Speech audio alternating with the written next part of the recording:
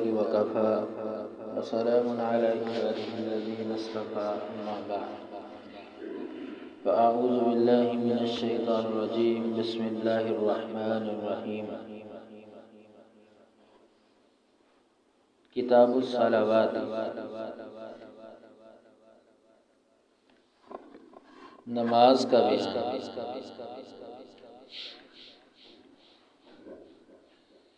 عن ابی ہریرہ رضی اللہ تعالی عنہ قال قال رسول اللہ صلی اللہ علیہ وسلم، سیدنا ابو ہریرہ رضی اللہ تعالی عنہ بیان کرتے ہیں رسول اللہ صلی اللہ علیہ وسلم نے فرمایا، الصلوات الخمس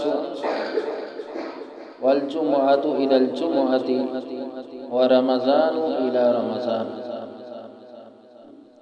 مكفرات لما بينهن إذا اجتنب الكبائر۔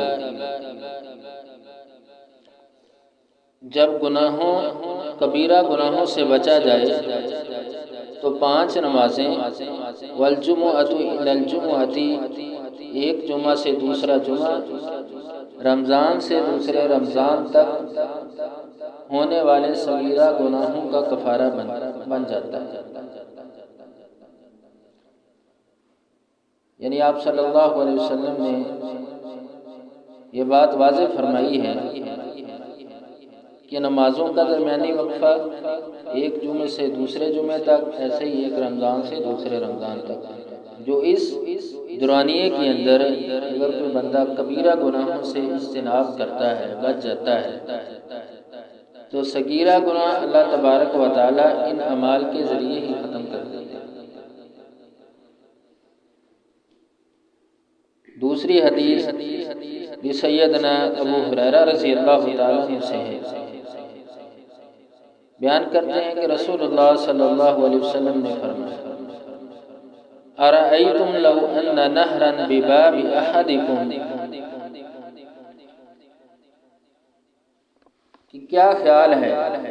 یا مجھے بتاؤ کہ اگر تمہارے دروازے کے سامنے سے ایک نہر گزر رہی ہے، یغتسل فیہ کل یوم 5، اور وہ شخص دن میں 5 مرتبہ اس میں غسل کرے، نہائے، هل یبقى من درنہ شیء، کیا اس کے جسم پر کوئی میل کچیل باقی رہے گی؟ تو قال، وہ صحابہ نے کہا، لا یبقى من درنہ شیء، کوئی چیز باقی نہیں رہے گی۔ آپ نے فرمایا، فذلک مثل الصلوات الخمس،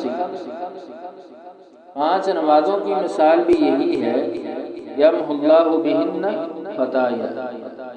کہ جس طرح 5 مرتبہ نہانے سے جسم کی ساری میل کچیل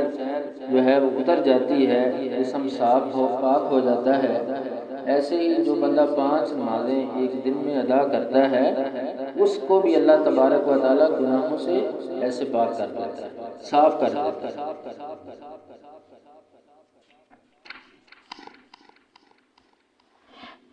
وعن انس رضی اللہ تعالی عنہ قال قال رسول اللہ صلی اللہ علیہ وسلم،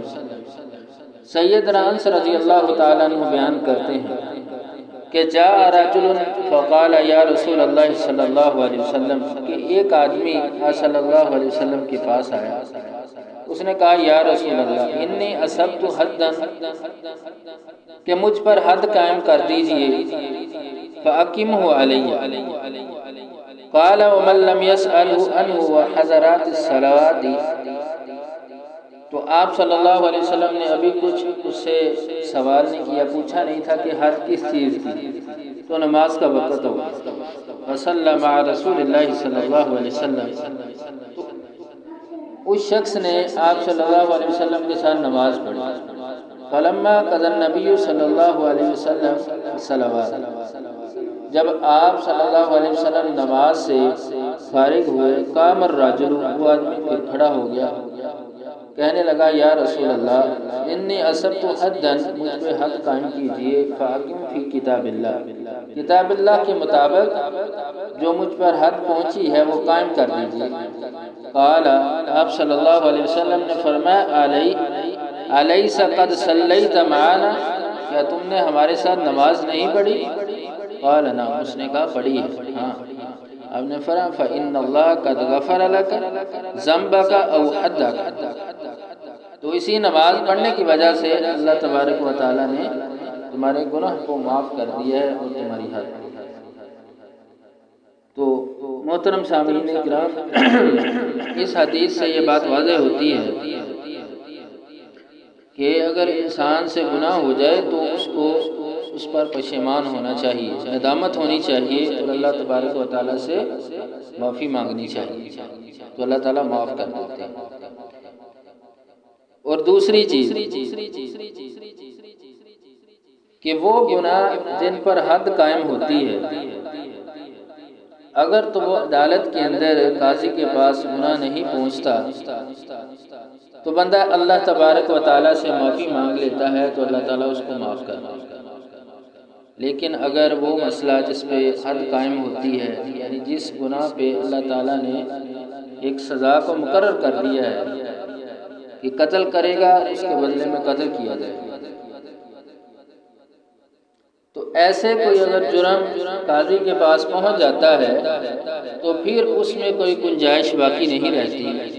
کہ اس میں کوئی تخفیف ہو، پھر وہ حد قائم ہو جاتی ہے، اس کو وہ سزا ملے گی جو اللہ تبارک و تعالیٰ کی طرف سے قائم ہے، آپ نے حکم دے دیا۔ تو اس حدیث کے اندر رسول اللہ صلی اللہ علیہ وسلم نے اس صحابی رسول سے کوئی سوال نہیں کیا تھا کہ حد کس چیز کی قائم کرنی ہے۔ حدیث سے یہ بات واضح ہوتی ہے کہ اس کا کوئی گناہ بڑا تھا، کوئی بڑی غلطی ہو گئی تھی، لیکن آپ صلی اللہ علیہ وسلم نے اسے سوال نہیں کیا۔ نماز کا وقت ہو گیا، نماز پڑھی تو آپ نے فرمایا کہ اللہ تعالیٰ نے اس کے ساتھ تیرے گناہ یا تیری حد جو ہے اس کو معاف کر دیا۔ تو پتہ چلا کہ نماز ایک ایسا عمل ہے جو انسان کے گناہوں کا کفارہ ہے۔ وعن ابن مسعود رضی اللہ تعالی عنہ قال سألت النبی صلی اللہ علیہ وسلم ای الاعمال احب الی اللہ تعالی۔ عبداللہ بن مسعود رضی اللہ تعالیٰ عنہ بیان کرتے ہیں کہ میں نے سوال کیا نبی صلی اللہ علیہ وسلم سے کہ اعمال میں سے کون سا عمل اللہ تعالیٰ کو زیادہ پسند ہے؟ آپ نے فرمایا الصلاۃ لوقتها، نماز کو اس کے وقت میں پڑھنا۔ ثم ایوم، پھر میں نے پوچھا اس کے بعد آپ نے فرمایا بر الوالدین، والدین کے ساتھ نیکی کرنا، اس نے سلوک کرنا۔ قلت ثم ایوم، پھر میں نے سوال کیا اس کے بعد آپ نے فرمایا الجہاد فی سبیل اللہ، اللہ تعالیٰ کے راستے میں جہاد کرنا۔ صحابی بیان کرتے ہیں حدثنی بہن وَلَوِ اسْتَنْزَتْهُ لَزَادَنِي، اگر میں آپ صلی اللہ علیہ وسلم سے ایسے سوال کرتا رہتا تو آپ مجھے اس کے بعد یعنی افضل اعمال جو ہیں وہ آپ صلی اللہ علیہ وسلم مجھے بیان کرتے رہتے۔ وعن جابر رضی اللہ تعالی عنہ قال قال رسول اللہ صلی اللہ علیہ وسلم، حضرت جابر رضی اللہ تعالی عنہ بیان کرتے ہیں رسول اللہ صلی اللہ علیہ وسلم نے فرمایا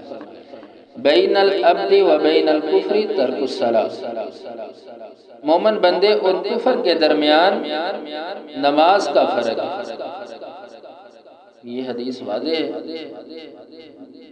کہ جو شخص نماز پڑھتا ہے وہ مومن ہے، اور جو نماز نہیں پڑھتا، نماز کا انکاری ہے، تو وہ بندہ کافروں جیسے عمل کر رہا ہے، کیونکہ کافر نماز نہیں پڑھتے۔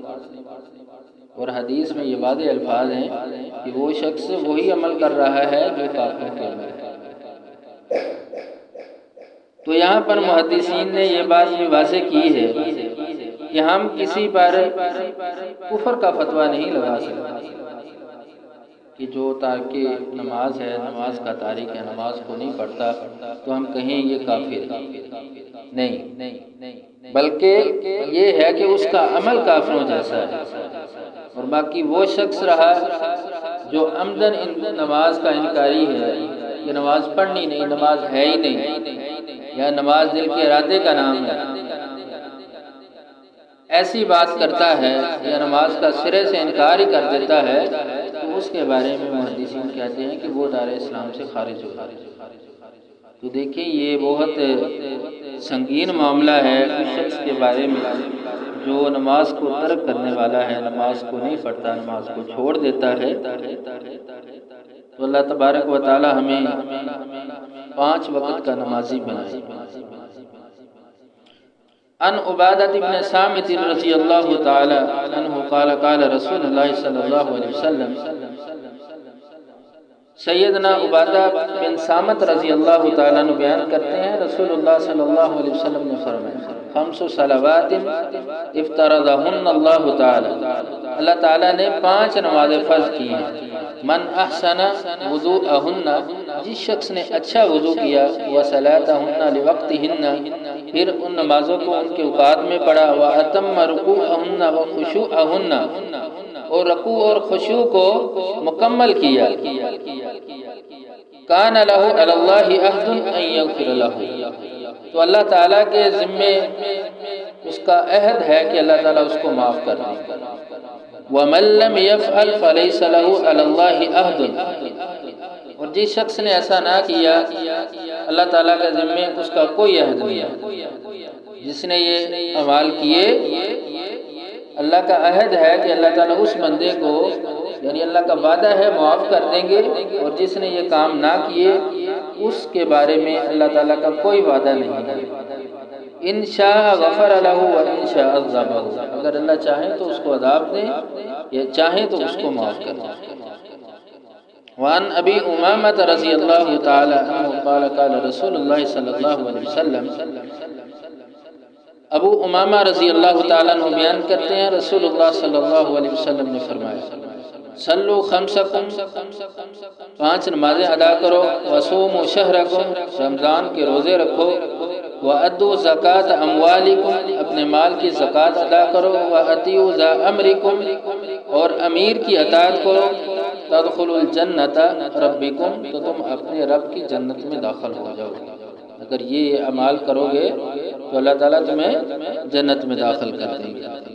وعن عمرو بن شعیب عن ابیہ عن جدہ قال قال رسول اللہ صلی اللہ علیہ وسلم، عمر بن شعیب رحمہ اللہ اپنے باپ سے وہ اپنے دادا سے بیان کرتے ہیں کہ رسول اللہ صلی اللہ علیہ وسلم نے ارشاد فرمایا مروا اولادکم بالصلاۃ، تم اپنی اولاد کو نماز کا حکم دو۔ دیکھیں یہاں پہ امر کا صیغہ ہے کہ حکم دو، ایک ہے صرف کہنا کہ نماز پڑھو، ایک ہے کہ حکمن کہنا کہ چلو بھی نماز پڑھو، یعنی اس میں حکم دیا جا رہا ہے یہ کام تم نے ضرور کرنا ہے۔ تو حکم ہے کہ تم اپنی اولاد کو نماز کا حکم دو، وہم ابناء 7 سنین، جب وہ 7 سال کے ہو، وَاضْرِبُوهُمْ عَلَيْهَا وَهُمْ أَبْنَاءُ 10 سنین، جب وہ 10 سال کے ہو جائیں اگر نماز میں سستی کریں تو انہیں سزا دیں، یعنی 7 سال کے بعد حکم دینا ہے کہ نماز پڑھو، اور یہ 3 سال صبر کے ساتھ تلقین کرنی ہے، بچوں کو حکم دینا نماز پڑھو۔ 10 سال تک جب بچہ پہنچ جائے تو پھر اس کو سزا دینی ہے، سزا بھی اتنی نہیں دینی، زیادہ سزا نہیں دینی۔ اور دوسرا کہ اگر بچے کو سزا دینی ہے تو چہرے پر نہیں مارنا، کیونکہ رسول اللہ صلی اللہ علیہ وسلم نے چہرے پر مارنے سے منع فرمایا ہے۔ وَفَرِّقُوا بَيْنَهُمْ فِي الْمَضَاجِعِ، اور ان کے بستر الگ کر، کیونکہ جب بچہ 10 سال کا ہوتا ہے تو وہ ایک شعور کی عمر میں پہنچ جاتا ہے، شعور آنا شروع ہو جاتا ہے، اور اس لیے حکم ہے کہ اس کو نماز کا حکم دو، دیگر آداب سکھاؤ،